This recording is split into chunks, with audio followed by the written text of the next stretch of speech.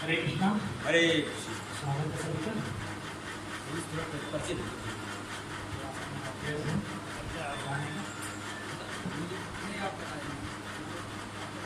नाम भी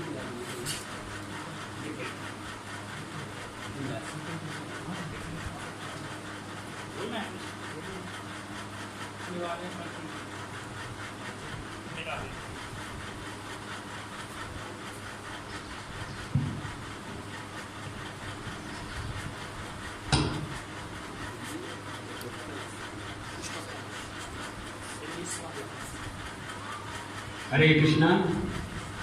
आज बड़े सौभाग्य का विषय है कि आज अपने बीच इस ग्रेस विपिन दास प्रभु आए हैं ईस्ट कैलाश से दिल्ली इस्कॉन। तो आज वो भगवद गीता पे अब उनको प्रवचन देंगे, तो सभी लोग प्रवचन ध्यान से सुने और प्रभु जी का स्वागत करें। सभी लोग एक बार बोलेंगे हरि बोल, हरि बोल, हरि बोल, हरि बोल। हम सभी लोग भिंड के इस्कॉन वासी सभी प्रभु जी का बहुत बहुत धन्यवाद देते हैं कि प्रभु जी ने अपना अमूल समय निकालकर हम भिंड वासियों को अपने मुखार बिंद से भगवत चर्चा करने का सौभाग्य प्राप्त होगा। हरि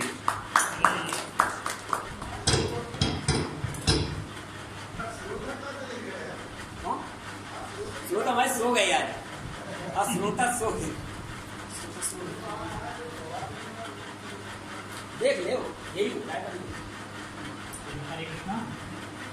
तो आज का जो श्लोक है, टॉपिक है हाउ टू कंट्रोल माइंड, मतलब मन को वश में कैसे करें, क्योंकि सारी दुनिया मन से परेशान है।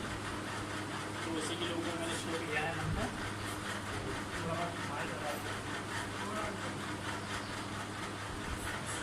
पहले हम श्लोक का उच्चारण करेंगे और फिर समझने का प्रयास करेंगे उसको कि कैसे हम तो पहले हम मंगलाचरण करते हैं। मंगलाचरण कृष्ण ओम ज्ञानतिमिरान्धस्य ज्ञानाञ्जनशलाकया चक्षुरुन्मीलितं येन तस्मै श्रीगुरवे नमः। श्रीचैतन्यमनोभीष्टं स्थापितं येन भूतले स्वयं रूपा रामय्यं ददाति स्वपदान्तिकं। वन्देऽहं श्रीगुरुं श्रीयुतापदिगमनं श्रीगुरुवैष्णवांश्च श्रीरूपं साग्रजातं सहगणनाथान्वितं तं सविता सावधैतं सावधूतं परिजनसहितं कृष्णचैतन्यदेवं श्रीराधा कृष्णपादां सहगणललिता श्रीविशाखान्वितं। हे कृष्णा करुणा सिंधु दीनबन्धो जगत्पते गोपेश गोपिकान्त राधाकान्त नमोस्तुते। कांचना वरांगी राधे वृंदावनेश्वरी वृषभानुसुते देवी प्रणमामि हरिप्रिये। जय श्री कृष्ण चैतन्य प्रभु नित्यानंद श्री अद्वैत गदाधर श्रीवासादि गौरवंदन। हरे कृष्णा कृष्णा कृष्णा हरे हरे हरे राम राम राम हरे हरे। हरे कृष्ण कृष्ण कृष्णाय भूतले श्रीमते भक्तिवेदांत स्वामी नाथे। नमस्ते सारस्वती गौरवाणी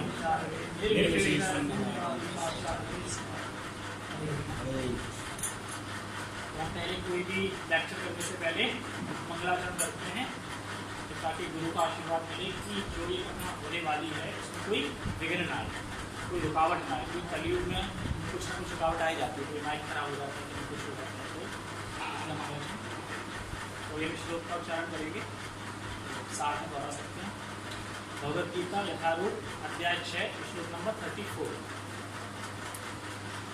चंचला ही मनः कृष्ण, चंचला ही मना कृष्ण, प्रमाति बलवत्रणं, बलवादी बलवत्रणं, तस्याहं विग्रहं मन्ये, तस्याहं विग्रहं मन्ये, वायोरिव सुदुष्करं, वायुरिव सुदुष्करं, चंचलं हि मनः कृष्ण, चंचलं हि मनः कृष्ण, प्रमाति बलवत्रणं, प्रमाति बलवत्रणं, तस्याहं विग्रहं मन्ये, तस्याहं विग्रहं मन्ये, वायोरिव सुदुष्करं, वायुरिव सुदुष्करं।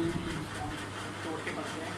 चंचलम चंचलं चंचल चंचल ही निश्चय ही मनः मनः मन मन कृष्ण कृष्ण हे कृष्ण हे कृष्ण प्रमाति विचलित करने वाला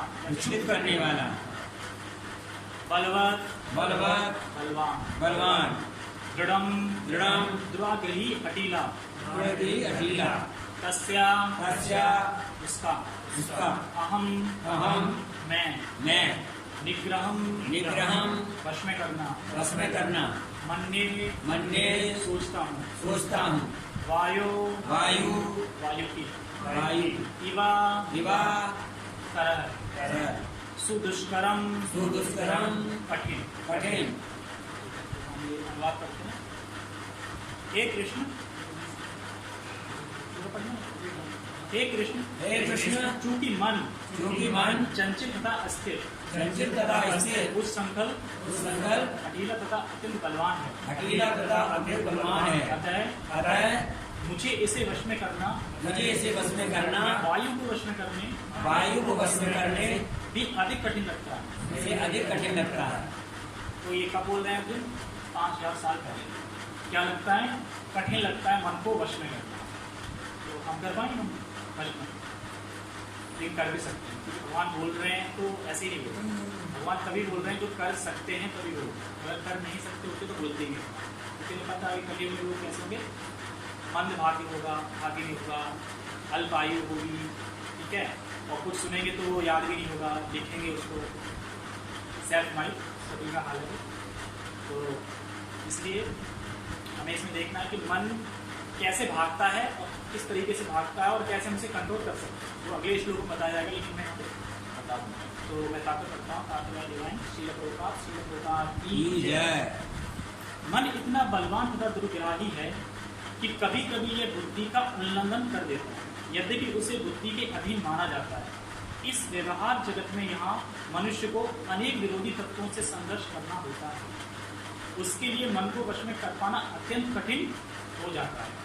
कृत्रिम रूप में मनुष्य अपने मित्र तथा शत्रु दोनों के प्रति मानसिक संतुलन स्थापित कर सकता है, किंतु अंतिम रूप में कोई भी संसारी पुरुष ऐसा नहीं कर पाता, क्योंकि ऐसा कर पाना वेगवान वायु को वश में करने से भी कठिन है। वैदिक साहित्य कठोपनिषद में भी कहा गया है, एक्चुअली जब कोई शंका आती है कि या फिर कोई आक्षेप होता है या विरोध करना होता है, तो प्रभुपाद जी वेदों से भी कोट कर देते हैं कि ताकि कोई कंफ्यूजन ना हो। तो बोलता है कहाँ से बता दिया, ऐसे कैसे, तो फिर वेदों में इसने कठोपनिषद से लिया है।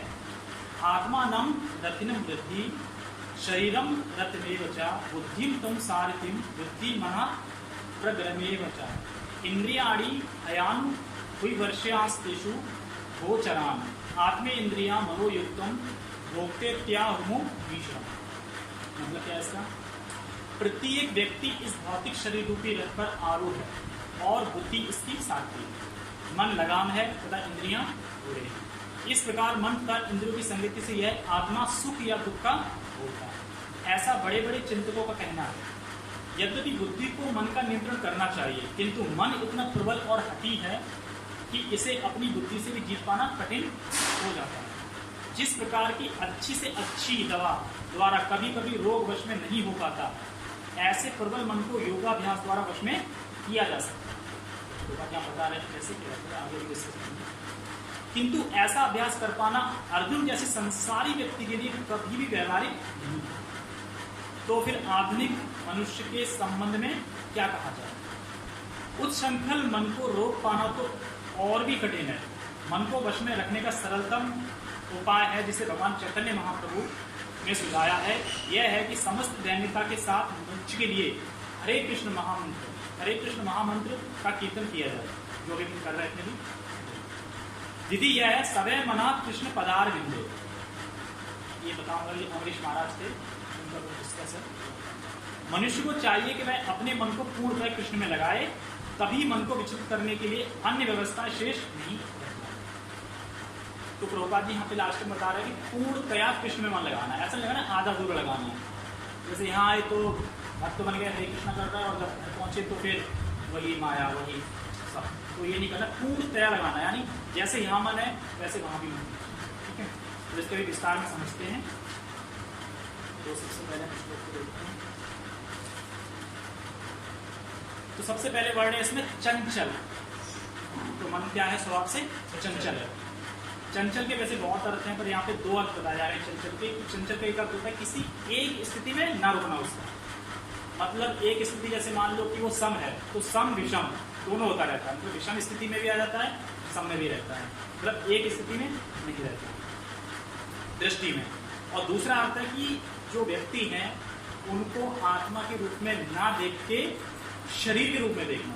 और जब हम शरीर के रूप में किसी को देखते हैं तो क्या सोचते हैं? ये बड़ा है, ये छोटा है, ये ऊंचा है, अरे ये ज़्यादा ही तरक्की कर रहा है, इससे ज़्यादा सम्मान क्यों मिल रहा है, मुझे क्यों नहीं मिल रहा। तो एक होता है जब हम किसी को शरीर समझते हैं। अगर हम किसी को आत्मा समझेंगे तो फिर ये डुअलिटी या द्वंद्व जो बोलते हैं वो नहीं।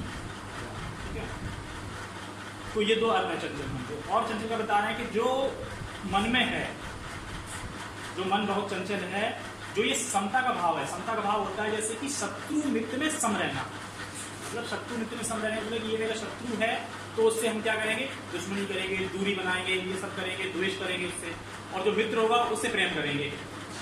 मन का झुकाव किधर जाएगा, मित्र की तरफ जाएगा। तो कह रहे हैं कि यहाँ पे समता का भाव है, इसमें वो स्थित नहीं रहता। क्यों नहीं रहता? क्योंकि जो विषम का भाव आता है तो वहां पर स्थित नहीं रहता। अगर मान लो कोई आपको गाली दे दे तो रह लेंगे सम, तुरंत निकाल देंगे, कहाँ ठंडा फिर निकाल देंगे, तुरंत निकाल लेंगे ना, तो वहां पे तुरंत विषम स्थिति में तुरंत ही अपना मन अस्थिर हो जाएगा। ये बात तो चंचल है कि मना कृष्णा। और बता रहे हैं कि प्रमाथि, प्रमाथि मतलब क्या होगा? प्रमाथि मतलब होगा पागल। अब किसी पागल व्यक्ति को कोई समझा सकता है? तो पागल है, एक भी नहीं सुनेगा। तो ऐसे मन भी हमारा पागल है। अगर कोई कहे ऐसा करो, मन को ठोक पीट के उसको वश में कर लो, मतलब समझा दो उसको, तो कह रहे वो पागल है, मन नहीं समझेगा, पागल है। तो पागल है तो बुद्धि से नहीं समझेगा। अगर मान लो कोई बोले कि बुद्धि तो ऊपर होती है, मन बुद्धि के नीचे होता है, लेकिन जब बुद्धि मतलब स्ट्रांग हो, बलवान हो बुद्धि, तो वो मन की तो मन उसके नियंत्रण में काम करेगा। अगर हमारी बुद्धि एकदम लो है, मान लो कि बिल्कुल जान नहीं है उसमें, तो जैसे मन चाहेगा वैसे बुद्धि भी हमारी कर लेगी।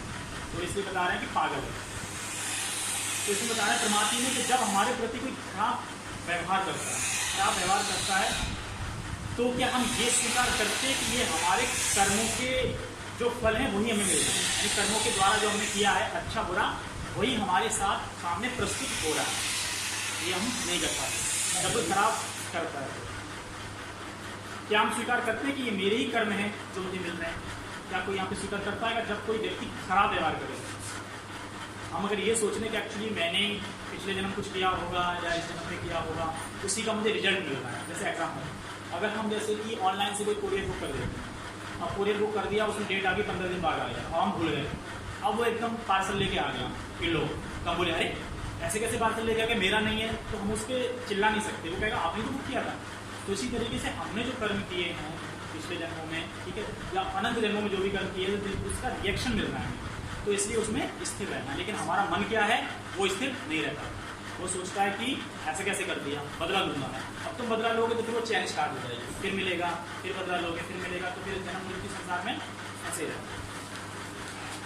और बता रहे हैं हमारा ही मंगाया हुआ पार्सल था जो हमें मिलता है। तो विषमता समझते हैं? विषमता क्या होती है? विषमता होती है डुअलिटी। द्वैत समझते हैं? लाभ हानि, शत्रु मित्र, सुख दुख, गर्मी सर्दी, इसमें वो सम रहता है। अब सम का मतलब ये नहीं है कि अब सर्दी आ गई तो अब वो बिना कपड़े के जा रहा है, पहनता है, कपड़े पहनता है, लेकिन वो अपनी सेवा नहीं छोड़ता। चाहे सर्दी हो, गर्मी हो, चाहे कुछ हो, सेवा नहीं छोड़ता। उसकी सेवा क्या है? भगवान मंगलारती जाना है, भगवान का जप करना है, हरिनाम करना है, तो वो सेवा नहीं छोड़ता, सेवा में दृढ़ रहता है। आगे बता रहे हैं इसमें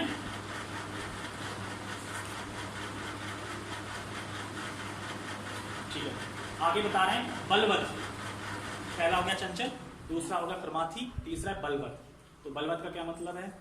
बलवत मतलब बहुत बलवान है। ऐसा नहीं है कि हम जानते हैं, जैसे कि हमने गीता में पीछे पढ़ा है, गीता में है कि जो बुद्धि के अंडर में होता है मन, मन के अंडर में होते हैं इंद्रियां, और फिर इंद्रियों से हम कार्य करते हैं। तो फिर तो बुद्धि को कंट्रोल कर लेना चाहिए ना मन को, ऐसा सुनते, लेकिन क्यों नहीं कर पा रहे हैं? तो क्या है? बलवान। क्योंकि मन इतना बलवान है कि हम अपनी बुद्धि से कंट्रोल से नहीं कर, बुद्धि की सुनता ही नहीं। वो कहीं कहीं स्टेज पे सुन लेता है, लेकिन हमेशा नहीं सुनता। ऐसा नहीं कि हमेशा जो बुद्धि चाह रही है वो सुन लेता है। जैसे कि आज ही देख लो, अब जिसकी बुद्धि ने सुना, सोचा कि आज मुझे क्लास में जाना है, क्लास का सबके पास मैसेज गया है, लेकिन आया नहीं कोई, तो क्योंकि बुद्धि की नहीं सुना, मन की सुन रहे हैं। मन क्या है? गर्मी है बहुत, ठीक है, शादी में जाना है, ठीक है। अब शादी में जाना, ठीक है, शादी में भी जाना जरूरी है, लेकिन सबसे पहले कर्तव्य हमारा क्या होना चाहिए? भगवान की कथा में होनी चाहिए। क्यों होना चाहिए? क्योंकि हमें जो मनुष्य जन्म मिला है वो बड़ा दुर्भाग्य से मिला है। बड़ा मतलब ऐसे नहीं है कि ऐसे ही आए ऐसे ही मिल गया, भगवान ने दिया है तो इसका प्रयोग करना चाहिए, ज्यादा से ज्यादा भक्ति करने में, कथा श्रवण करने में। और अब तो भाग्य की बात है कि इस्कॉन पिंड में भी आ गया है भगवान की कृपा से, तो लेना चाहिए। तो इससे हमारी क्या है, धीरे धीरे हम भगवत प्राप्ति की तरफ बढ़ते हैं। तो बाकी हमें सारे काम करने हैं। अगर हम ये सारे काम करेंगे, कथा सुनेंगे, मंगल अटेंड करेंगे, फिर हम जो भी कार्य करेंगे तो वो भी किसमें हो जाएगा? इंक्लूड, भक्ति में इंक्लूड हो जाएगा। लेकिन अगर हम भक्ति को छोड़ के बाकी के सारे काम को प्रायोरिटी देंगे तो फिर वो नहीं हो पाएगा। ठीक है, तो इसे बता रहे हैं कि मन बहुत बलवान है, बुद्धि के नहीं मानता। ओके, आगे बता रहे हैं दृढ़म। दृढ़म का मतलब होता है हटीला। अब कोई बोले ऐसा करो ना, थोड़ा ज्यादा बुद्धि में प्रेशर देके ज्यादा इसे हटका दो ना, ए मन तो मान नहीं रहा है मेरी, चल चुप बैठ यहाँ पे, मतलब बुद्धि की मान। तो कह रहे नहीं वो हटीला है। अब हटीले लोग कैसे होते हैं, उनसे बोले भक्ति कर लो, हाँ हट, भक्ति कौन करेगा, हट, मतलब भक्ति हटो। फिर क्या करेंगे, भक्ति का मार्ग छोड़ के दूसरे मार्ग ढूंढते रहेंगे। कोई सरल मार्ग मिल जाए, कोई सरल गुरु मिल जाए, ऐसे गुरु मिल जाए कि जो मतलब सरल मंत्र दे दें और उसमें कोई नियम ना हो। आजकल की जो यूथ है या जो भी लोग हैं वो क्या चाहते हैं कि कोई ज्यादा नियम ना करना पड़े, ठीक है, मतलब शॉर्टकट एकदम। तो फिर भगवान क्या करते हैं, अच्छा तुम्हें मतलब चीटर चाहिए ना, क्योंकि वो चीटर गुरु होते हैं, क्योंकि बिना नियम के तुम आगे बढ़ ही नहीं सकते ना। अगर आप ऐसा चाहो कि हम मांस मछली ये सब करते रहें, ठीक है, और भक्ति भी करते रहें, तो नहीं होगा। ये उसी तरह हो गया कि एक मटके में पानी भरा और मटका नीचे से फूटा हुआ है, तो कभी पानी भरेगा उसमें, डालते रहो डालते रहो। अब तुम डाल तो रहे हो, हरे कृष्णा भी कर रहे हो मान लो, लेकिन अब घर में सब वही चल रहा है। तो जब तक हम नियम धारण नहीं करेंगे, जो नियम बताए गए हैं स्वामी को नहीं करेंगे, तब तक हम प्रगति नहीं कर सकते। तो ये यहाँ पे बता रहे हैं कि जो चीटर गुरु होते हैं तो भगवान भी किससे मिलाते हैं हमको, चीटर गुरु से ही मिलाते हैं। क्योंकि तुम छलना चाहते हो तो छल करने वाले हैं उनसे ही मिलाएंगे कि तुम जाओ छलो जाओ फिर, क्योंकि अभी हमने रास्ता बता दिया, वो तुम जब स्वीकार नहीं कर रहे हो तो फिर जाओ। तो फिर ऐसे लोग पहुंच जाते हैं। तो कहाँ पहुंच जाते हैं, अब गुरु महाराज पहुंच जाते हैं। तो एक गुरु महाराज है, इस्कॉन के नहीं है, तो वहां पे जब कोई दीक्षा लेने जाता है तो वहां पे ना एक फॉर्म मिलता है। फॉर्म मिलता है, उसमें ना टिक लगाने होते हैं। एक्चुअली वो 15-20 उसमें नाम होते हैं। जो गणेश को भगवान मानते हैं टिक लगाओ गणेश पे, शिव जी को मानते हैं टिक लगाओ, ब्रह्मा को मानते हैं टिक लगाओ, दुर्गा पे मानते हैं टिक लगाओ, ठीक है। जबकि भागवत में सीधा सीधा लिखा है एत चांश कला पुंसा कृष्णस्तु भगवान स्वयं, सारा खत्म। बाकी सब है उनके अंश हैं, कला है, पर उसमें कृष्णस्तु भगवान स्वयं, ये इस्कॉन नहीं कहती, एक्चुअली भागवतम कहता है, ठीक है। तो वो कोई देखता नहीं, वो अपने अपने, क्योंकि सरल चाहिए ना, कोई नियम पालन ना करना पड़े ना, ताकि हम बोल पाए कि सामने हमने भी गुरु धारण कर रखे हैं, हमने भी गुरु बना रखे हैं। अब एक बात बताओ, क्या हम गुरु बना सकते हैं? हम गुरु नहीं बना सकते, गुरु हमें बनाते हैं। पहले इंसान फिर भक्त। अब जो तथाकथित जो ऐसे गुरु होते हैं वो क्या कहते हैं, अच्छा गुरु जी क्या हम प्याज लहसुन खा सकते हैं? हाँ खा सकते हैं, कोई दिक्कत नहीं, बस खाओ, खुश रहो, बस एकदम खुश रहो अपना, ये इससे कोई दिक्कत नहीं, ये तो शरीर है ना, शरीर तो नाशवान है, शरीर में जा रहा है, आत्मा तो अलग है ना, ऐसे बोलते हैं सब, ठीक है। तो लेकिन जब मेरे पास आओ तो पुरुष करके आना, ठीक है, लक्ष्मी ना ये भी बोल देते हैं।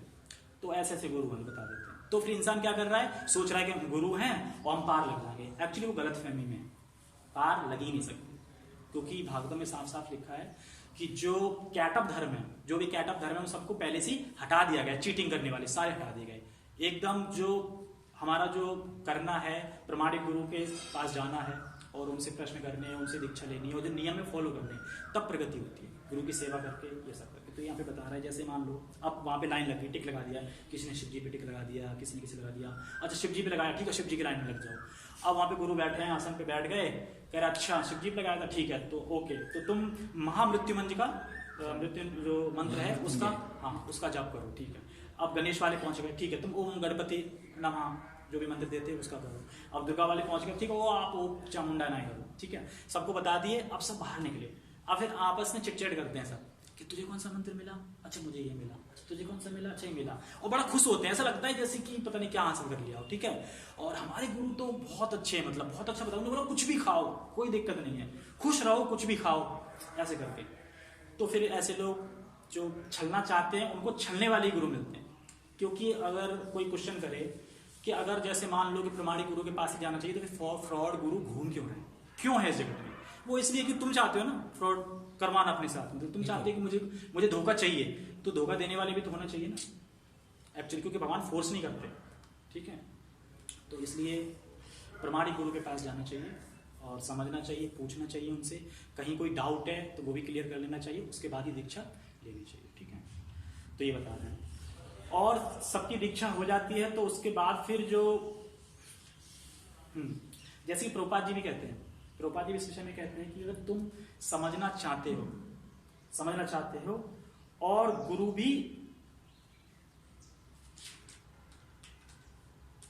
हाँ, अगर तुम चीटिंग चाहते हो तो गुरु भी चीटिंग करने वाले ही मिलेंगे। जैसे प्रभुपाद जी के पास एक व्यक्ति आया, देखो प्रभुपाद जी मैं ना आपका मतलब ज्वाइन करूंगा, आपसे दीक्षा लूंगा, लेकिन मैं जो 4 नियम बताए ना उसमें से मैं 1-2 नियम फॉलो नहीं कर पाऊंगा, तो ऐसा नहीं हो सकता मैं वो भी करता रहूं और आपसे जुड़ा भी रहूं। तो प्रभुपाद जी नहीं, यहाँ पे कॉम्प्रोमाइज का कोई भी वो नहीं है, मतलब कोई भी वो नहीं है कि आप कॉम्प्रोमाइज कर लो, मतलब कि कॉम्प्रोमाइज को हिंदी में क्या बोलना, समझौता नहीं है, मतलब ऐसा नहीं है कि आप ये भी करते रहो भी करते रहो। अगर आपको कॉम्प्रोमाइज चाहिए तो आप अन्य गुरु के पास जाओ। तो इसलिए फिर अन्य गुरु के पास गए, आप पहुंच गए, गुरु जी कृष्ण भक्ति करनी है मुझे, कोई कृष्ण का मंत्र बता दो। वो कृष्ण का मंत्र बता दो, ठीक है आप करो श्री कृष्णा शरणम नमः, श्री कृष्ण शरणम नमः, ये मंत्र बता दिया, ठीक है।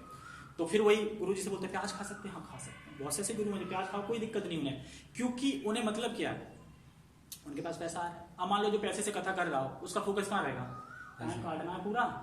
किसी की चेतना बदले या ना बदले उससे क्या मतलब है, कोई प्रगति करे या ना करे उनसे मतलब है 1 घंटा पूरा करना, पैसे लेने जाना है। तो ना गुरु जी, और फिर यहाँ से जाने के बाद क्या कर रहे हैं वो भी नहीं पता। जैसे प्रभुपाद जी कहते हैं कि असली गुरु का पता कब चलता है, व्यास आसन पे बैठ के जो बात कर रहा है, मतलब बोल रहा है, क्या व्यास आसन से हटने के बाद भी वही क्रिया कर रहा है, वो गुरु है। ऐसा नहीं, व्यास आसन पे तो सभी बोलते हैं, उनका तो काम है रिपीट करना, याद कर लेंगे सब रिपीट बता देंगे, और व्यास आसन के बाद फिर वही सब जो चल रहा है उनका वही सब चल रहा है, ठीक है। तो ऐसे करके बता रहे हैं। तो इसलिए हमें चीटिंग, जो चीटर गुरु हैं उनके पास नहीं जाना है, प्रमाणिक गुरु के पास जाना है। और प्रमाणिक गुरु 4 संप्रदाय में होते हैं, 4 संप्रदाय में किसी के पास भी आप जा सकते हैं। क्योंकि कलयुग में जो धर्म के 4 पिल्लर हैं, पिल्लर या प्यार समझ लो, पिल्लर हैं, तो वो 4 पिल्लर हैं, एक दया, एक स्वच्छता, एक तपस्या, एक सत्यता। तो ये धीरे धीरे खत्म ही समझ लो, थोड़े बहुत बचे हैं कहीं पे कोने कोने पे बचे हैं, खत्म ही होते हैं। तो अगर ये 4 पिल्लर ही कोई भंग करेगा मान लो, तो उसकी बिल्डिंग टिक पाएगी, पिल्लर से बिल्डिंग टूट जाएगी। तो प्रभुपाद यही 4 नियम तो बता रहे हैं कि तुम ये करोगे तभी तुम्हारी बिल्डिंग रहेगी, तभी तुम सुखपूर्वक रह पाओगे, तभी तुम भगवान धाम जा पाओगे। अगर ये बिल्डिंग ही तुम्हारी टूट जाएगी तो तुम भी खत्म, बिल्डिंग तो टूट ही गई है। तो दया, दया मतलब कि अगर दया होगी तो तुम जीवों पे हिंसा नहीं करोगे। कुछ लोग होते हैं ना, अंडा खा लेते हैं, कटर कर गए, और ये भी बोल देते हैं ऊपर से तो शाकाहारी, शाकाहारी नहीं, ये तो वैसे हो गया जैसे घर में किसी को हत्या कर दी जाए, वैसे हो गया ना, घर में है वहां पे और उसे तुम खा रहे हो, तो जीव हिंसा होगी। तो हिंसा करोगे, दया है तुम पे, दया नहीं है। अब मच्छर घूम रहा है तो मच्छर ही घूम रहा है, तो मच्छर ही मार दिया मच्छर। अरे मच्छर ने तुम्हारा क्या बिगाड़ा था, वो अपने सैर कर रहा था, तुमने फालतू मार दिया उसको, मार दिया ना। लेकिन यहाँ पे समझते नहीं कि भागवत में से लिखा है कि जो जैसा कर्म करे वो भोगेगा, अगले होने में तुम मच्छर बनोगे, तुम भी पिसे जाओगे। मान लो कि अगर तुम्हें कोई पीस दे मतलब कहीं पे, तो कैसा लगेगा, और तुमने मच्छर को पीस दिया, उसकी भी तो जान है ना, ऐसा नहीं है कि उड़ रहा है, क्योंकि हर चलती हुई चीज में आत्मा तो है, जीव है। तो इसलिए हमें दया का भाव रखना चाहिए। दूसरा है स्वच्छता। स्वच्छता 2 तरीके से होती है, एक तो शरीर की स्वच्छता, एक आंतरिक स्वच्छता, हमें दोनों ही रखनी है। दोनों शरीर की स्वच्छता कैसे है कि जो एक ब्राह्मण होते हैं, ब्रह्मचारी होते हैं, वो दिन में 3 टाइम नहाते हैं, ठीक है। एक्चुअली गर्मी में तो नहाती हैं, सर्दी में 2 टाइम तो नहाते ही नहाते हैं। तो शरीर स्वच्छ रहेगा, इससे शरीर स्वच्छ रहेगा। और क्योंकि वो जो आहार लेते हैं, कृष्ण प्रसाद भी लेते हैं, भोग लगाई लेते हैं, तो उससे भी क्या है, जो आंतरिक जो अपना शरीर है वो भी शुद्ध होता है। और फिर जो 4 नियम में जो एक तो ये हो गया दया का नियम, ठीक है। दूसरा जो 4 नियम में आता है कि अवैध स्त्री संग, तो उससे भी क्या हम दूषित होते हैं ना, हमारा दूषित होते हैं, तो वो भी स्वच्छ रखना है। तो इसलिए ये बता रहे हैं। तीसरा बता रहे तपस्या। अब तपस्या तो कलयुग वाले कर ही नहीं सकते, है ना, क्योंकि ये जो चैप्टर है ये अष्टांग योग ध्यान योग है, मतलब तो इसमें वही बता रहे हैं, यम नियम आसन प्राणायाम प्रत्याहार समाधि कर पाएगा कोई अभी, क्योंकि इसमें बताता है न ज़्यादा ऊपर बैठना चाहिए न ज़्यादा नीचे बैठना चाहिए। ऊपर बैठ गया तो अब पता चले कि कुछ हिल गया ऐसे करके, माइका हिल गया ऐसे करके, ठीक है। ज़्यादा नीचे बैठ गया तो कीड़े मकोड़े आ गए, ओहो, तो बीच में, मतलब बीच में बैठ जाओ। और एकांत स्थान में बैठना चाहिए, मतलब यार पवित्र स्थान में, एकांत स्थान में। अब आज कलयुग में क्या है, पवित्र स्थान एकांत नहीं है, धूम धड़ाका है वहां पे, जो जगराते चल रहे हैं वो चल रहा है मंदिरों में, वहां बैठ नहीं पाओगे, ठीक है। और जो एकांत स्थान है वो पवित्र नहीं है, वहां पता चलेगा कहीं गए एकांत में, तो अरे यार, तो वहां भी दिक्कत है। तो भाई कहाँ बैठना है, फिर भक्तों के संग में बैठना है, वही बेस्ट है, और कहीं नहीं बैठ सकते। भक्तों के संग में क्या, अगर सो भी रहे हो तो भक्त जगा देंगे, वरना एकांत स्थान में जाओगे तो सो ही जाओगे। जैसे कि हिमालय पे योगी थे, तो योग करने के लिए कहते हैं ध्यान योग करेंगे, अभी जबकि उनका मतलब योग्य नहीं है अभी ध्यान योग में, मतलब कि योगी बन जाए, मतलब हम हिमालय चले जाएं, योग्य नहीं है, और चले गए। उसके बाद अगले दिन जेल में मिलते हैं। 2 साधु गए थे, दोनों जेल में मिलते हैं। क्यों मिलते हैं, वहाँ पे दोनों में इस चीज़ पे बहस हो गई, ये मेरी गुफा है, नहीं ये मेरी गुफा है। मतलब वो गए थे वैराग्य के लिए, गए थे भगवान को पाने के लिए, और मिले जेल में, क्योंकि मन साफ नहीं था। पहले मन को वश में कर लोगे तभी तो जा पाओगे ना, ऐसे ही नहीं कि एकदम उठ गया तो चल दिए। तो ये सब चीज़ें बता रहे हैं इसमें। तो हमें तपस्या करनी है। तो तपस्या का मतलब होता ही, वो तपस्या का बता रहे हैं, जैसे कि चाय कॉफ़ी और ये जो बता रहे हैं जो भी नॉन वेज, तो ये भी तपस्या है ना। आजकल जो नॉन वेज के लती लोग हैं उन्हें बोलते नॉन वेज मत खाओ, तो उनके लिए बड़ा तपस्या हो जाएगी एक दिन भी। मान लो जो बीड़ी पीते हैं और उनसे बोले बीड़ी मत पियो, तो वो तो रह नहीं पाएंगे बीड़ी के बिना। ऐसा एक्चुअली मेरे साथ हुआ था जब मैं भक्ति में नहीं आया था, तो वैष्णो देवी गया था मैं, तो वहाँ पे था मतलब जो कि स्मोकिंग करता था। अब वो वहाँ पे स्मोकिंग अलाउ नहीं है वहाँ पे, अब वो स्मोकिंग के बिना रह नहीं पा रहा, तो पहाड़ियों में जाके जाने कहाँ कहाँ के पी के आ रहा। मैंने कहा ये होती है लत, मतलब देखो कि इंसान को कहाँ ले जाती है। तो ये तपस्या होगी ना उसके लिए। तो ये कह रहे हैं प्रभा जी ये तपस्या करेंगे। और लास्ट है सत्यता। सत्यता बताते हैं ये सच्चाई, हमें सच बोलना चाहिए। तो सच बोलना चाहिए, सच बोलना चाहिए, लेकिन सच्चाई कब टूटती है? जब हम जुआ गैमलिंग ये सब खेलने में लग जाते हैं, तो हमारी सच्चाई टूट जाती है। तो इस तरीके से जो 4 नियम बताए हैं इस्कॉन में, वो चारों नियम टूट जाते हैं, और जिसके 4 नियम टूट जाएंगे वो भगवत धाम कभी नहीं जा सकता, प्रगति नहीं कर सकता। हालांकि कुछ लोग कह सकते हैं कि अरे शिव जी भी, ब्रह्मा जी भी, दुर्गा जी भी, ये भी तो हैं। हाँ हैं, ये भगवान के मतलब के अंश रूप में हैं, और भगवान की शक्तियाँ एक तरीके से कार्य करती हैं। लेकिन अगर हम डायरेक्टली इनके पास जाते हैं तो पहली बात तो इनका फल जो मिलता है वो क्षणिक मिलता है, मतलब कि मिलेगा और खत्म हो जाएगा, ठीक है, एक तो क्षणिक मिलता है। दूसरा कि जो हमारा हृदय है वो शुद्ध नहीं होता। लेकिन अगर हम भगवान के पास जाएंगे तो फल भी मिलेगा, प्लस हमारा हृदय भी शुद्ध होगा। फल मिलेगा, हृदय भी शुद्ध होगा। एग्जाम्पल ध्रुव महाराज क्या फल लेके गए थे? मुझे तो बड़ा राज्य चाहिए, ब्रह्मा से भी बड़ा राज्य चाहिए, गए थे ना। लेकिन जब भगवान के दर्शन हुए तो क्या बोला? कह रहे भगवान मैं किस कांच के टुकड़ों पे मतलब कर रहा था, तो यहाँ तो मुझे हीरा मिल गया, तो सारी उनकी डिजायर खत्म होगी ना। लेकिन फिर भी भगवान ने क्या दिया उन्हें? ध्रुव लोक दे दिया पूरा। तो हमें अगर भौतिक इच्छा से भी जाना है तो भगवान के पास ही जाना चाहिए, क्योंकि भगवान भी अच्छा लगता है। अगर हम देवी देवताओं के पास जाते हैं तो मतलब डोंट माइंड के मिलता है, लेकिन क्षणिक मिलता है, और उसमें हमारी बुद्धि शुद्ध नहीं होती, मतलब और हम उसमें जकड़ जाते हैं, मतलब और बुद्धि हमारी उसी में तमोगुण, उसमें मतलब कि संसार में और फंसते चले जाते हैं। और जब मरेंगे तो वही है, फिर शरीर के कर्मों के हिसाब से मिलेगा। क्या स्मरण दिया? तेरा मेरा तेरा, यही ये बताते हैं कि जब हम मृत्यु होती है तो 40,000 बिच्छू डंक मारते हैं उस टाइम पे। तो सोचो कितना दर्द होता होगा उस टाइम पे। क्या याद आएगा? आएगा कुछ याद? मान लो कि अभी थोड़ा कट हो जाए, तो मम्मी, मतलब मम्मी का नाम निकल रहा है, ठीक है, मम्मी का नाम निकल रहा है, तो फिर किसकी योनि मिलेगी? स्त्री की मिलेगी। मम्मी का स्मरण हुआ ना तो मिलेगी। लेकिन भक्त ऐसे होते हैं कि हमें इस तरीके से प्रयास करना है कि जब भी हम कुछ हो, हमारे संग हादसा कुछ हो, तो हमारे मुंह से कृष्ण निकले नाम।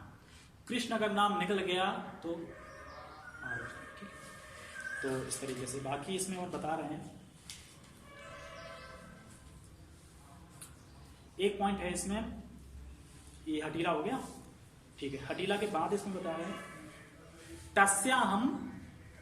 तस्याहम निग्रहम मन्ये वायोरिव दुष्करम। तो अर्जुन कह रहे हैं कि हे प्रभु, वायु को वश में करना भी कितना मुश्किल है, लेकिन फिर भी मैं वायु को वश में कर सकता हूं, लेकिन मन को मैं वश में नहीं कर पा रहा हूं। एक्चुअली वायु क्या होती है? वायु मान लो बह रही है, अब कोई वश में कर लेगा वायु को?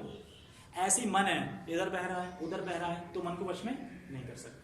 हालांकि ऐसा नहीं है कि अर्जुन वश में नहीं कर सकते, अर्जुन तो शुद्ध भक्त थे, सब कर सकते थे। वो किस लिए पूछ रहे थे? हमारे लिए। उन्हें पता है ना कलयुग में आएंगे ऐसे लोग जो कि बिल्कुल एक तरीके से मूर्ख ही होंगे, ये समझ लो, माई सेल्फ सभी होंगे, तो वो कुछ नहीं कर पाएंगे। तो इनके लिए पूछ रहे हैं कि ताकि उनको कुछ उद्धार हो सके। और प्राय वायु को, जैसे किसी को एग्जाम्पल याद आ रहा है कि वायु को किसने सीमित किया था?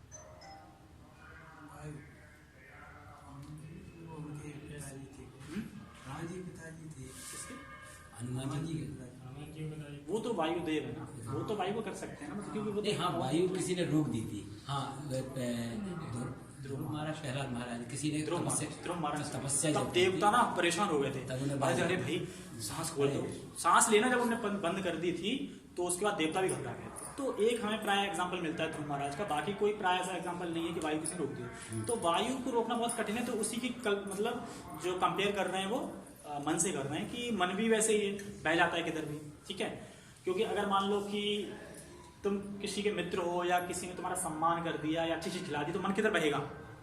उसकी तरफ बहेगा ना। और कोई शत्रु है, किसी ने उल्टा सीधा बोल दिया, तो मन फिर उसकी तरफ क्या कहेगा? ये गंदा है। एक्चुअली ये ड्युअलिटी मन करता है, बुद्धि नहीं कर रही है, आत्मा से कोई लेना देना नहीं है इसका। ये मन कर रहा है, फिर हम अगर इस मन को वश में कर लें तो हमारा आगे फिर उद्धार हो सकता है। और मन को करना तो मुश्किल है ना, मन को वश में करना तो बहुत मुश्किल है, लेकिन असंभव नहीं है। ये अगले श्लोक में बताएंगे, प्रयास और वैराग्य के जरिए हम मन को वश में बिल्कुल। कर सकते हैं आराम से, लेकिन कंटिन्यू करना पड़ेगा। ये नहीं कि अभ्यास। 4 दिन तो खूब वृंदावन गए, खूब हरे कृष्णा और घर आके वही करना है। एक्चुअली अभ्यास निरंतर निरंतर निरंतर, क्योंकि मन हमारा ऐसा चीज है, अगर हम मन की ना सुने और एक चीज रोज करें रोज करें रोज करें तो मन पता क्या कहता है, अरे यार ये वही करेगा, अरे यार ये वही करेगा। मान लो जैसे हम 4 बजे उठ के जब करते हैं तो मन को पहले ही पता है कि जब ही करेगा, अभी कुछ कर ही नहीं सकता। तो एक्चुअली हम रोज कर रहे हैं रोज कर रहे हैं रोज कर रहे हैं तो मन भी मान जाता है, क्योंकि भगवान बताते हैं कि बाहर कोई शत्रु नहीं है और बाहर कोई मित्र नहीं है, ये शत्रु मित्र दोनों अंदर ही बैठा है, ये बैरी अंदर ही बैठा है। अगर वश में कर लिया तो इससे अच्छा मित्र कोई हो नहीं सकता है, और अगर वश में नहीं कर पाए तो इससे अच्छा शत्रु कोई हो नहीं सकता। तो ये हमें समझना है, ठीक है। तो यहाँ पे प्रभुपाद जी ने जो एग्जाम्पल दिया है मन का, वो दिया है रथ से, ठीक है, रथ से दिया है। कैसे दिया है रथ से? जैसे कि जो आत्मा है वो रथी है, रथ पे जो बैठता है ना, जो रथी है, और जो शरीर है वो रथ है, और बुद्धि क्या है? सारथी, और मन क्या है? रस्सी। जो मन है ना वो रस्सी है, और इंद्रिय क्या है? रथ के घोड़े, ओके, घोड़े। और ये सब विषय और ये सब घोड़े और ये सब विषय घोड़े के घास है, मतलब जो घास है ना वो विषय है। एक्चुअली हमारे इंद्रियों के विषय क्या है? जैसे आंख का क्या है? रूप, ठीक है, नाक का क्या है? गंध, और त्वचा का क्या है? स्पर्श।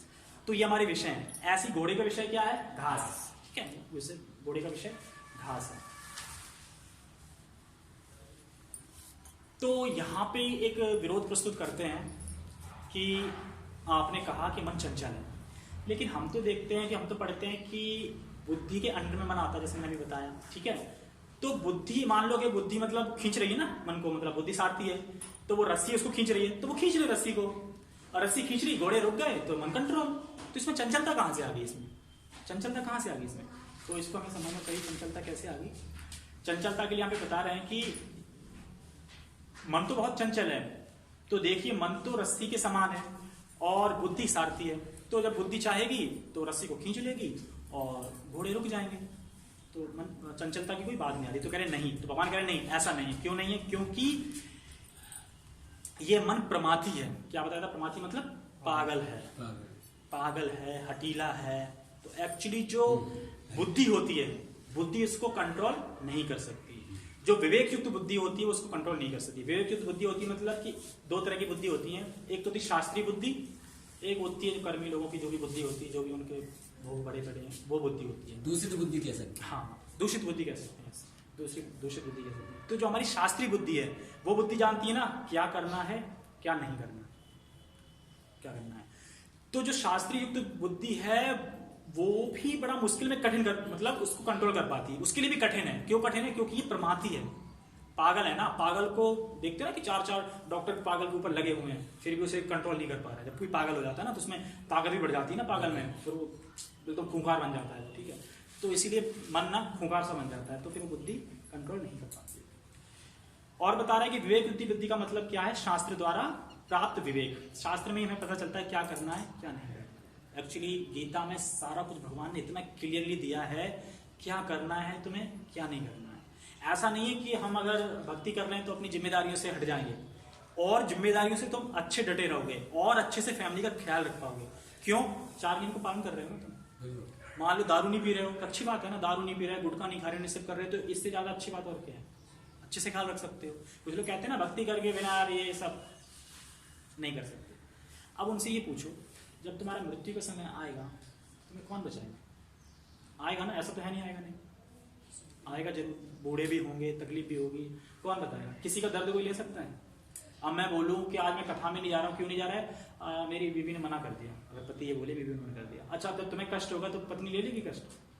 नहीं लेता। या फिर किसी की पत्नी ने या किसी का पति मना कर रहा है पत्नी को।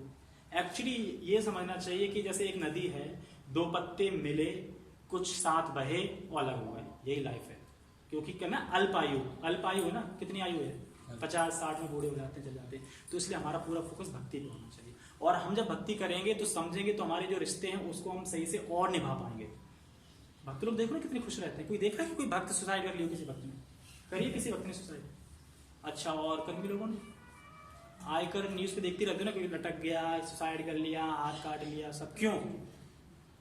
मन की वजह से ना। मन ने मान लो मन कंट्रोल में नहीं है, कोई टेंशन है, इसी वजह से ना। और भक्ति कर रहे हैं तो कोई टेंशन ही नहीं। ठीक है, यहाँ पे भी सुखी हो और आगे चल के भी सुखी रहोगे, और जब जाओगे तब भी सुखी हो। मान लो कि इस जन्म भक्ति पूरी नहीं हो पाई कि इस वजह से मतलब तुम्हारा फॉल डाउन हो गया, जो भी हो गया, तो नेक्स्ट जन्म कंटिन्यू।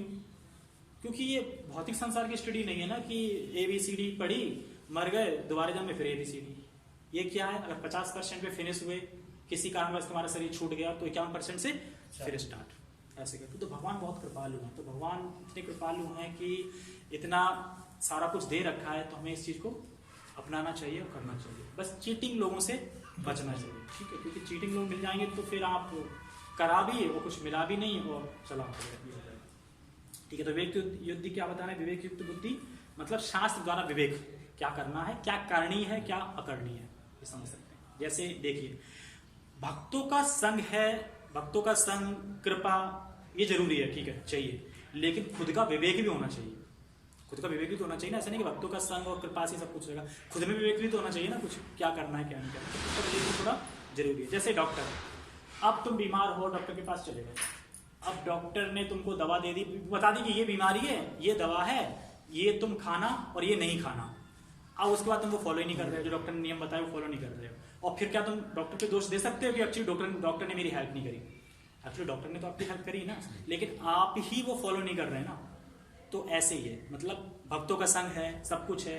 अब एक्चुअली देखो यहाँ पे रोज कीर्तन होते हैं, भक्तों का संग है, यहाँ पे भगवान बैठे हैं साक्षात, ठीक है, भगवान बैठे हैं, तो हम आ सकते हैं, लेकिन विवेक नहीं है ना, शास्त्रीय बुद्धि नहीं है, पढ़ा नहीं है ना अभी तक। क्योंकि अभी तक क्या पढ़ा है? अभी तक तो बस व्हाट्सएप के मैसेज पढ़े हैं। व्हाट्सएप मैसेज, अरे फलाना दुर्गा माँ का ये 9 लोगों को ग्रुप में भेजो, नहीं तो ये हो जाएगा। ऐसे लोग भेजते हैं कि कुछ पूछो ना, कुछ अच्छा नहीं भेजेंगे, जो भेजेंगे उल्टा सीधा ही भेजेंगे। तो हमें ये चीज सब देखनी चाहिए। और बता रहे हैं, जैसे डॉक्टर बता दिया, श्रवण का अर्थ है हम उस पर कार्य करें। श्रवण, जैसे मान लो कि कथा हो रही है, श्रवण हो रहा है, अब ये नहीं कि बस टाइम काटना है, बस एक्चुअली टाइम काटना है, प्रसादम का टाइम कब होगा, बस टाइम काटना। एक्चुअली जो सुना है उस पर कार्य भी करना है, मतलब कुछ कुछ फॉलो करने हैं। अगर नहीं करोगे तो प्रभुपाद जी कहते हैं कि शुकर और कुकर की तरह सुन के चले जाओगे। शुकर कुकर क्या करते हैं? अब मान लो कोई डॉग यहाँ आ जाए, सुन ले, अब वो मान लो सुन तो रहा है ना, कान है उसके, अब सुन के वो कुछ करेगा, अमल करेगा, चला जाएगा। और हम भी आए, सुने और चले गए, तो कौन हुए? कार्य नहीं कर रहा है उस पर, शुकर कुकर ही तो है ना। और शुकर कुकर की तरह ही जी रहे हैं। कुकर क्या करता है? खाना ढूंढता है, सुबह जगता है, खाना ढूंढता है, हम भी खाना ही ढूंढ रहे हैं। वो भी, उसे भी भय होता है, जब उसे मारो तो वो भी दौड़ने को पड़ता है ना, भय होता है, हमें भय होता है, कल क्या होगा, अच्छा मतलब कल क्या होगा, फ्यूचर में क्या होगा, जॉब छूट गई तो क्या होगा। सबकी सब कुछ फिक्स है, जो तुम्हें मिलना होगा वो मिलेगा। बस अपना जो कर्तव्य है, वर्णाश्रम धर्म में जो भी आते हैं अपने कर्तव्य, उसको फॉलो करते रहो, ठीक है, जो अपने कर्तव्य हैं वो करते रहो, जो आएगा। क्योंकि यहाँ पे कोई चाहता है कि मुझे दुख मिले या बीमारी आए? कोई चाहता है कि बीमार हो जाऊंगा?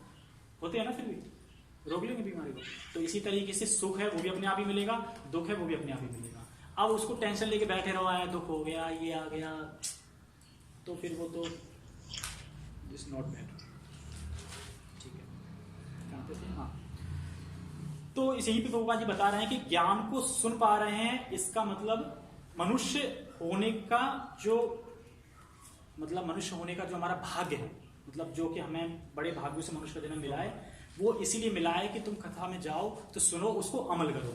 अगर तुम्हें सुन के अमल नहीं करना है तो भगवान तो मनुष्य क्यों बनाते? क्योंकि मनुष्य का एक्चुअली मनुष्य जीवन का पूरा मेन क्या है? आत्म साक्षात्कार, मतलब कि भगवान की तरफ उन्मुख होना, भगवान की तरफ जाना, इसीलिए मिला है। एक्चुअली मैं किसी से पूछूं आंख क्यों मिली है, तो बोलेगा आंख क्यों मिली है? देखने के लिए मिली। क्या देखने के लिए मिली है? एक्चुअली भगवान के विग्रह देखने के लिए आंख मिली है। भगवान ने आंखें इसलिए दिए कि भगवान के विग्रह देखो। अब भगवान के विग्रह देखने के लिए बाकी तुम्हें जो कार्य करने हैं, मतलब उनके लिए, तो वो चीज तुम देख सकते हो। ये नहीं कि तुम भगवान को देखने बाकी दुनिया की चीजें देख रहे हो, तो मरते समय वही दिखाई देगा, वही दिखाई देगा। इस तरह कान क्यों मिले? भगवान का श्रवण करने के लिए। हम क्या चलाते हैं? FM। जैसे मान लो कि कर्मी और भक्ति में क्या, कर्मी व्यक्ति में और भक्ति जो कर रहा है उसमें क्या अंतर होता है। मान लो कि वो जॉब पे जा रहा है, अब वो अपने कानों में अगर कथा चला के जा रहा है तो उसका जो जाना है वो स्पिरिचुअल हो गया, मतलब आध्यात्मिक हो गया, और जो एफएम सुन के जा रहा है वो कर्मी हो गया। उसमें कर्म बन रहा है, ये नहीं कि हमने जो सुना हर चीज के कर्म लगते हैं। यहाँ तक कि प्रभुपाद जी कहते हैं कि अगर तुम, जैसे कुछ लोग न्यूज पढ़ते हैं, कुछ न्यूज के आदी होते हैं, जब तक उन्हें न्यूज पूरा पेपर चाट नहीं लेंगे पूरा सुबह सुबह तब तक उन्हें चैन नहीं मिलेगा। लेकिन वो ये नहीं समझते कि न्यूज पेपर में तुम जो पढ़ रहे हो और जिसके बारे में लिखा है ना उसने उसका मर्डर कर दिया और तुमने पढ़ा, तो मर्डर करने वाले का थोड़ा फल तुम्हें भी मिलेगा। मतलब तुम, उसने मर्डर किया ही साथ में तुमने भी कर दिया थोड़ा सा, क्योंकि तुम पढ़ रहे हो। तो इसलिए हमें ऐसी चीज़ों से बचना चाहिए, जहाँ तक है अच्छी चीज़ें पढ़नी चाहिए। क्योंकि जिस तरह भक्ति में जो सहयोग करता है, जो साथ देता है, जो प्रेरणा देता है, मरने के बाद वही फल मिलता है जो भक्त को मिलेगा। मान लो जैसे कि प्रभु जी ने अपने ऑर्गेनाइज किया है कथा, जो भी कर रहे हैं, इनकी जो भी हेल्प करेगा भक्ति में हेल्प करेगा या प्रेरणा देगा या फिर जो ये बोल रहे हैं वो बात मानेगा, तो जो इनको गति मिलेगी, मतलब जो फल मतलब मिलेगा वो उसको भी मिलेगा, भले ही वो नहीं कर रहा है लेकिन उसने साथ दिया। उसी तरह अगर कोई गलत कार्य में, जैसे कि मान लो नॉनवेज खाते हैं लोग, तो जिसने मुर्गी पकड़ी, जिसने जाल बनाया, जिसने टेम्पो में ले गया, जिसने उतारे, मरने के बाद सबको एक ही फल मिलेगा। और ये कैसे डिसाइड होता है? कर्मा डिसाइड। कर्मा मतलब कि जैसे देखा ना कि कोई दुर्घटना होती है, ट्रेन में एरोप्लेन क्रैश हो गया, इकट्ठे लोग मरते हैं, तो प्रकृति उनको चुन चुन को इकट्ठा करती है, मतलब उसका उसका उसका सब एक ही था, उसका एक ही, इसीलिए उनको इकट्ठा करके ऐसे करती है। तो इसीलिए हमें बहुत सावधानी बरतनी चाहिए कि हमें क्या सुनना है, क्या देखना है, क्या खाना है। ऐसे नहीं कुछ भी खा लो, कुछ भी कौन खाता है? सुअर खाता है कुछ भी, हम कुछ भी खा रहे हैं, अरे खाओ, किसने देखा? खाने से हमारे शरीर पे बहुत फर्क पड़ता है। भक्ति में अगर हम सात्विक भोजन ही खाएंगे, हमेशा नहीं कृष्ण प्रसाद ही खाएंगे, तो हमारा सात्विक जो सतोगुण है वो बढ़ेगा। कि जैसे कि प्रकृति के 3 गुण होते हैं, रजोगुण, तमोगुण, सतोगुण। तो भक्ति सतोगुण की लेवल पे आके ही की जा सकती है, ठीक है। जैसे कि जो तमोगुण में होता है, तो अब जो तमोगुण में व्यक्ति है उसका नेचर कैसा होता है? मतलब एकदम अंधकार में, मतलब उल्टा, सतोगुण का उल्टा होता है। मतलब जो धर्म है उसको वो अधर्म मानता है और जो अधर्म है उसको वो धर्म मानता है। जैसे कि एग्जाम्पल वो क्या है, महाभारत में कौन है? दुर्योधन, बिल्कुल उल्टा, ठीक है, इस तरीके से। तो वो मतलब वही करेगा। कोई बोले अच्छा कहाँ जाना है, कहाँ जाना है, जहाँ सब जा रहे हैं चले जाएंगे, मतलब कुछ भी पता ही नहीं है लाइफ का। और रजोगुण व्यक्ति क्या होता है? चाहिए बस चाहिए, ये चाहिए, वो चाहिए, ये चाहिए, यहाँ बेनिफिट कर लूँ, मैं LIC डाल दूँ, ये डाल दूँ, इस पे जमा कर दूँ, एक घर बन गया, 2 बना लूँ, 3 बना, मतलब उसकी इच्छाएं खत्म नहीं होती कभी। रजोगुण है मतलब इच्छा। और जो सतोगुणी होता है वो संतुष्ट रहता है।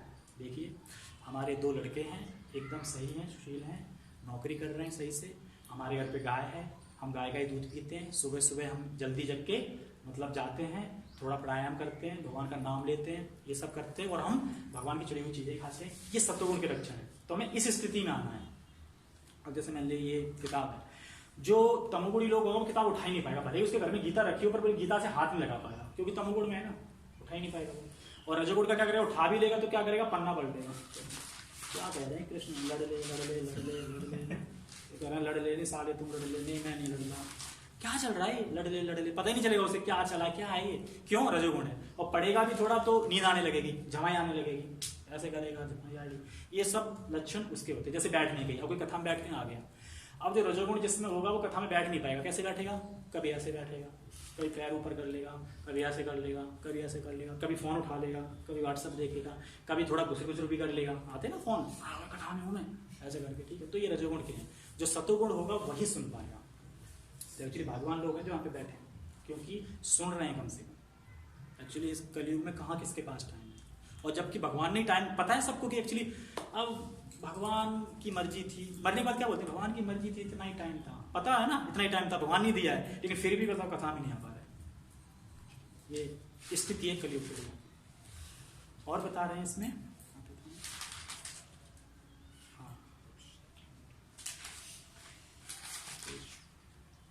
ओके, ठीक है। तो इसलिए प्रभुपाद जी कहते हैं कि जो भी तुम श्रवण कर रहे हैं उसको अपने जीवन में अपनाओ भी, क्योंकि प्रभुपाद जी ये नहीं कहते कि एकदम अपनाने लगो, धीरे धीरे अपनाओ। जैसे कि मान लो 8 बजे जग रहे हो तो 7 बजे जगो, ठीक है, 7 बजे जगो, फिर 6 बजे जगो, ठीक है। कान्हा को रखो, थोड़ी उनकी सेवा करो, थोड़ा उनमें मन लगाओ। उसके बाद अभी प्याज लहसुन नहीं छोड़ पा रहे, कोई बात नहीं, दूध का भोग लगाओ।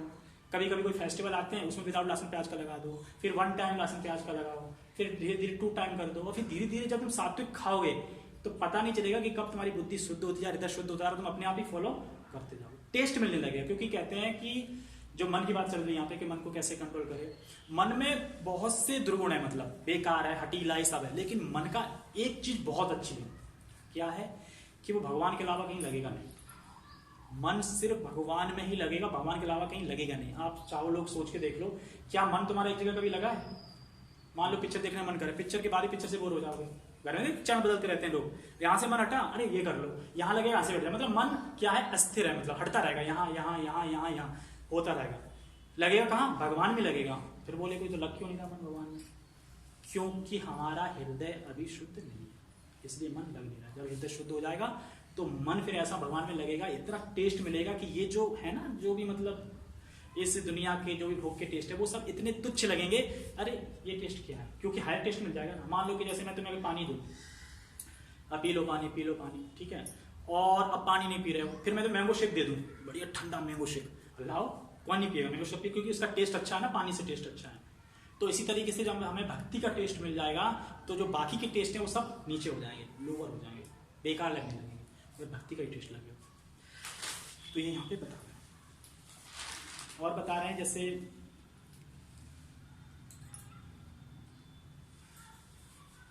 और जो भी हमने देखा, जो भी सुना कथा में, उसमें हमें घर जाके ये रियलाइज करना चाहिए। सबसे पहले तो सबको एक गीता ले लेनी चाहिए। सबके पास गीता है ना?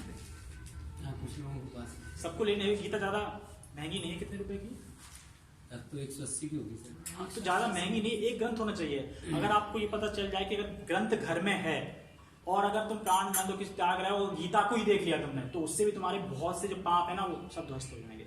जब अच्छी इतनी बड़ी नहीं आती, लोग तो सुपारी उसमें खाने पीने में 100 खर्च कर देते हैं। ये तो ग्रंथ है भगवान का। भगवान कहते हैं कि जब भगवान अपने धाम वापस जा रहे थे तो बोला था ना कि आप धर्म की शरण कौन लेगा, तो क्या कहते हैं कि जो भागवतम है वो शरण लेगा। तो भगवान यहाँ पे प्रकट हैं, अपने शास्त्रों के रूप में प्रकट है, तो साक्षात भगवान ही है वो। इसमें कोई भेद नहीं है कि इनमें भेद हो, कोई एक ही है। ये समझ इसे जरूर होना तो वैसे भागवतम सेट होना चाहिए सबके घर में, क्योंकि भागवत सेट होते ही भूत प्रेत मतलब जो भी है ना सब दूर हो जाते हैं। आ ही नहीं सकता कोई घर में, घर स्वच्छ हो जाता है। लेकिन उतना नहीं ले सकते तो भगवत गीता तो ले सकते हैं। भगवत गीता घर में होनी चाहिए। ओके, तो यही हम पे बता रहे हैं कि जो भी हमने सुना है उससे मनन करना चाहिए कि आज मैंने क्या सुना, और एक पॉइंट लेना चाहिए, मतलब एक पॉइंट लेके अपने जीवन में उतारना चाहिए कि आज से मैं ये पॉइंट लूंगा जो कथा में मैंने सुना वो मैं अपने जीवन में उतारूंगा। तो मन इतना बलवान है कि जो विवेक युक्त जो हमारी औषधि है उसकी भी नहीं सुनता। विवेक युक्त औषधि क्या है? विवेक युक्त बुद्धि, मतलब जो मान लो विवेक युक्त बुद्धि है हमारी, उसकी भी नहीं सुनता, क्योंकि बलवान है ना, बुद्धि भी छोटी पड़ रही है। जैसे विश्वामित्र ने 60,000 साल तपस्या करी, लेकिन फिर भी मेनका की पायल ने उनके मन को शुद्ध कर दिया, मतलब गिरा दिया उनको एक तरीके से। 60,000 साल तपस्या करके अब यहाँ पे कोई कर लेगा? 60,000 तो छोड़ा, भी 10 मिनट भी सीधे नहीं बैठ पाओगे, ठीक है, बैठ नहीं पाओगे। तो इसलिए हमें क्या करना है, इतना सरल उपाय दिया चैतन्य महाप्रभु ने, कीर्तन, हरिनाम कीर्तन, कलो हरिनाम कीर्तन। वैसे कलयुग में कली संतरी उपनिषद में बताया गया है, जो हरे कृष्ण मंत्र बताया गया है, यही है कलयुग का। अब कोई बोले अरे और भी तो मंत्र हैं, ओम नमो भगवते वासुदेवाय, ठीक है। अब मैं क्वेश्चन करता हूँ, आज से जो 20 साल पहले कोई मान लो बुखार की टैबलेट थी और अभी की जो टैबलेट चल रही है, तो डॉक्टर कौन सी टैबलेट देगा? 20 साल पुरानी वाली देगा कि अभी की देगा? अभी की देगा, क्योंकि उसमें कुछ ना कुछ रह, क्योंकि वो पहले की थी ना, पहले चलती थी वो। मान लो जो भी एंटीवायरस बने थे बहुत पहले, 100 साल पहले, वो अभी तो नहीं यूज हो रहे ना भी होंगे, क्योंकि अभी तो नए आ गए ना। तो इसी तरीके से ये जो सतयुग था उस चीज का मंत्र है, ओम नमो भगवते वासुदेवाय, सतयुग का था। त्रेता युग में क्या करते थे? यज्ञ वगैरह करते थे भगवान के लिए, ठीक है। द्वापर युग में अर्च विग्रह था। अब कलयुग में क्या है, अभी दोनों मिक्स चल रहा है, क्योंकि अभी कलयुग सतयुग का संध्या चल रही है, तो अर्च विग्रह भी चल रहा है, पर मेन है हरि संकीर्तन। बोल के शुद्ध हो जाएंगे, क्योंकि भगवान कहते हैं कि अगर कोई एक बार हरे कृष्णा बोलते हैं उसके अनंत जन्मों के पाप नष्ट हो जाते हैं। लेकिन हम क्यों नहीं समझ पा रहे? क्योंकि हमारा हृदय गंदा है, हम इसलिए समझ नहीं पा रहे हैं। जिस दिन हमारा हृदय शुद्ध हो जाए हम समझ जाएंगे, हाँ एक हरे कृष्णा बोले से हमारे अनंत जन्मों के पाप नष्ट हो चुके। तो इसीलिए हमें समझना है। और टाइम कितना? 5 मिनट है, 5 मिनट। बाकी बहुत कुछ आया था, बहुत कुछ रह गया। ठीक है, मैं अभी इतना बता देता हूँ। तो मन को वश में कैसे करें, तो यही भगवान बता रहे हैं अगले श्लोक में, जो श्लोक नंबर है 35, ये 34 था, 35 बता रहे हैं कि हमें वैराग्य और अभ्यास, वैराग्य और अभ्यास के जरिए हम इस मन को वश में कर सकते हैं। अब कोई पूछे वैराग्य क्या है, अभ्यास क्या? देखो, अभ्यास है चैंट हरे कृष्णा, भागवतम सुनना, भगवत गीता पढ़ना, प्रसाद पाना और जो भी आध्यात्मिक के जो भी तुम्हारे मतलब कार्य हैं उनको करना, तो ये सब हो गए अभ्यास में। अच्छा, विरक्ति क्या है? मतलब विरक्ति मतलब दूर, वो किससे करना है? जैसे कि नशा, जुआ, अवैध संग और गैमलिंग और प्रजल्प। एक्चुअली प्रजल्प से बचना है, प्रजल्प बहुत कठिन है। अब वही प्रजल्प क्या होता है? अच्छा, प्रजल्प ये होता है अगर हमने किसी से 1 घंटे बात करी कहीं पे भी, मतलब वो लोग गुट बना लेते हैं, लगे रहते हैं। अब उसमें बात करने के बाद 2 मिनट खड़े होकर ये सोचो कि क्या तुमने जो 1 घंटे बात करी, क्या ये कृष्ण से संबंधित थी? पता चलेगा नहीं थी, तो उसको प्रजल्प है। जैसे कुछ लोग होते हैं ना फोन पे, आजकल जियो ने फ्री कर दिया तो लगे रहेंगे और सब्जी क्या बनी है, अच्छा ये, मतलब घंटे घंटे निकाल देंगे। और या फिर कोई 2 रिश्तेदार मिल जाएं या फिर कोई दोस्त मिल जाएं, पूरी पूरी रात निकल जाएगी। अब बोल दो कि जगराता कर लो, हरे कीर्तन कर लो, तो वो नहीं होगा। तुम्हें प्रजल्प से बचना है। हमें सोचना है हर वक्त कि मैं जो बोलने वाला हूँ मुख से, क्या वो कृष्ण से संबंधित है? अगर है तो बोलो, और अगर नहीं समझ पा रहे हैं कृष्ण संबंधित है तो अपने सीनियर जो भी गुरु जो भी आपके, उनसे पूछो कि मैं ये कार्य करने वाला हूँ लेकिन मैं इसका संबंध कृष्ण से नहीं देख पा रहा हूँ, तो मैं कैसे देखूँ? तो ये चीज हमें देखनी है। और बाकी फिर समय हो गया है, भी नहीं प्रार्थना करनी है, तो विराम देता हूँ। अगर किसी कुछ पूछना है इससे संबंधित तो पूछ सकते हैं। प्रभु जी, मेरा एक थोड़ा सा ही प्रश्न है कि जैसे अभी जो आपने कहा था कि जैसे जो भी भक्ति के लिए कि मतलब तो क्या पूरे दिन भक्ति में ही लगे रहना चाहिए या अदर कर्म में? नहीं, पूरे दिन भक्ति में नहीं लगना है। देखो, बैलेंस करके चलना है, अपनी लाइफ को बैलेंस करके चलना है। सुबह का टाइम भक्ति के लिए निकालना है और इवनिंग का निकालना है। दिन में आप जॉब करो, अपने कार्य करो, सब कुछ करो, लेकिन मन में ये रखो कि तुम जो कमा रहे हो वो किसके लिए? अच्छा, जॉब करते समय भगवान का नाम ले लिया जाए तो वो लेते रहो। वो आप मन में जो ले रहे हो या जो बोल रहे हो वो ठीक है, गुड एंड वेल है, ठीक है वो, लेकिन मॉर्निंग प्रोग्राम और इवनिंग प्रोग्राम हो, फिर बाकी दिन में जो स्पेस है ना वो तुम्हारा क्लियर आध्यात्मिक हो जाएगा। दिन में आप कुछ भी कर सकते हो, कुछ भी करने में ये नहीं कि आप गड़बड़ी करो, ये सब नहीं करना है। मतलब कुछ भी मतलब है कि जो आपके कर्म है, जो आपकी जिम्मेदारी है, ड्यूटी कर रहे हो ड्यूटी कर सकते हो। मैं भी जॉब करता हूँ तो ड्यूटी कर सकते हो, सब करते हो, लेकिन सुबह का मॉर्निंग प्रोग्राम क्यों करते हैं? क्योंकि जब हम जैसे मान लो कि अब पूरे दिन जॉब से आए, इधर की बातें सुनी, उधर की बातें, तो मन थोड़ा क्षुब्ध हो जाता है। तो हम जब रात में इवनिंग में कृष्ण कथा सुन लेते हैं तो मन फ्रेश हो जाता है एकदम। अब मन फ्रेश हो जाता है, हम सो गए, सो के जब हमारा मॉर्निंग प्रोग्राम पूरा रहता है तो फिर दिन भर हम चल जाते हैं, दिन भर ताकत आ जाती है शरीर में, तो हम लड़ पाते हैं उनसे। और बाकी बस ये ध्यान रखना है कि मैं जो भी कमा रहा हूँ एक्चुअली भगवान की कृपा से कमा पा रहा हूँ, और भगवान की सेवा में लगानी चाहिए। सेवा मीन्स ये कहने का मतलब नहीं कि आप सारा आके दे दो। अपनी आय का मतलब मान लो अपनी आय जैसे 20,000 है किसी की, तो उसका 10% हमें भगवान में देना चाहिए। क्यों देना चाहिए? कि ताकि जो 90% बचा है वो शुद्ध हो जाए, वो शुद्ध हो जाएगा। वो शुद्ध हो गया, तुमने इससे जो भी खर्च किया, जो भी काम किया, वो सब क्या हो गया? भक्ति काउंट होगी सारी, क्योंकि तुम कर रहे हो ना। जैसे कि मान लो अभी प्रभु जी ने प्रसाद बनाया होगा, तो पहले भोग लगाया ना, थोड़ा ऐसा तो नहीं कि पूरा पतीला ही रख दिया था, भोग लगाया तो बाकी का क्या हो गया? प्रसाद हो गया। उसी तरीके से जो हमें लक्ष्मी मिली उसका 10% दिया तो बाकी का क्या हो गया? प्रसाद हो गया भगवान का। उसको यूज करो, खाओ, खुशी से रहो। ज्यादा की इच्छा मत रखो, क्योंकि इच्छा जितनी रखोगे बढ़ती जाएगी, बढ़ती जाएगी, बढ़ती जाएगी। इतना है संतुष्ट रहने का कोशिश करो, और तुम जितने संतुष्ट रहोगे भगवान की कृपा से, भगवान कहते हैं ना कि जो तुम पे है मैं उसकी रक्षा करूंगा, और जो नहीं है वो दूंगा, तो उस पर विश्वास करो। अभी आपने एक और कहा था, जैसे अखबार पढ़ते हुए जैसे कोई मर्डर वगैरह का जैसा हम पढ़ ले, तो कोई व्यक्ति अनजान में कोई चीज पढ़ रहा है तो उसका दोष कैसे लगेगा? लगेगा ना। अब तुम छोटा बच्चा है, करंट पकड़ा दो अनजाने में, लगेगा कि नहीं लगेगा? अच्छा, तो अग्नि में हाथ अगर बच्चे का चला जाए अनजाने में तो जलेगा कि नहीं? वो चीज तो खैर अलग होगी ना। तुम भले ही मान लो कि अनजाने में पढ़ रहे हो, ठीक है, अनजाने पढ़ रहे हो, लेकिन जो पढ़ रहे हो तो क्या तुम्हारे माइंड में, हृदय में नहीं घुसता? वो छाप तो पड़ रही है ना उसकी, तो उसका रिजल्ट तो आएगा ना फिर। क्योंकि हम जो भी सुनते हैं ना उसमें मन में संस्कार बनते हैं, छपता है मन में, मतलब जो भी हम कार्य करते हैं छपता है उसमें। जैसे कि मान लो मैं बोलूं कि तुमने कोई गोबरेला फल का कलर के बारे में कभी स्मरण किया है? गोबरेला फल के कलर के बारे में, क्योंकि कभी देखा नहीं, सुना नहीं, लेकिन जो देखा होगा, सुना होगा, स्मरण कभी ना कभी तो कर ही लोगे, कर लोगे ना। तो हम जो सुनते हैं, देखते हैं, उसका स्मरण होता ही है। तो इसलिए हमें ये प्रजल्प की चीज है, इसका मर्डर इसने किया, उसके फालतू की बातें, कुछ लोग ऐसी बातें करते हैं ना, आज सर्दी बहुत है, क्या हो जाएगा बात करने से, सर्दी कम तो नहीं हो जाएगी ना। तो ये फालतू में समय ना लगा के हम क्यों ना भगवान की चर्चा में समय लगाएं, क्योंकि जो अपने शरीर के जितने भी द्वार हैं, ये जो वाणी है, सबसे ज्यादा वाणी बोलने में हमारी शरीर की एनर्जी खत्म होती है वाणी में। इसलिए भगवान कहते हैं जो बोलो सोच समझ के बोलो कि तुम बोलने क्या हो, क्योंकि जो बोलोगे छाप पड़ेगी उसकी। अच्छा बोलोगे तो अच्छी छाप पड़ेगी, और गड़बड़ बोलोगे तो गड़बड़ पड़ेगी, क्योंकि आज जो तुम करोगे वो कल तुम पे निर्भर है तुम्हारा, क्योंकि जो पहले किया वो अभी हो रहा है प्रेजेंट में। लेकिन अब मत करो, क्योंकि अब नहीं करोगे तो आगे का सेफ हो जाएगा कुछ इस तरीके से। ठीक है, ठीक है। ओके, ठीक है। हरे कृष्णा। जगत गुरु शील प्रभुपाद की जय, श्रीमद् भगवद गीता की जय, निताय निताय गौर प्रेमानंदे। हरि बोल। वेदास प्रभु की जय।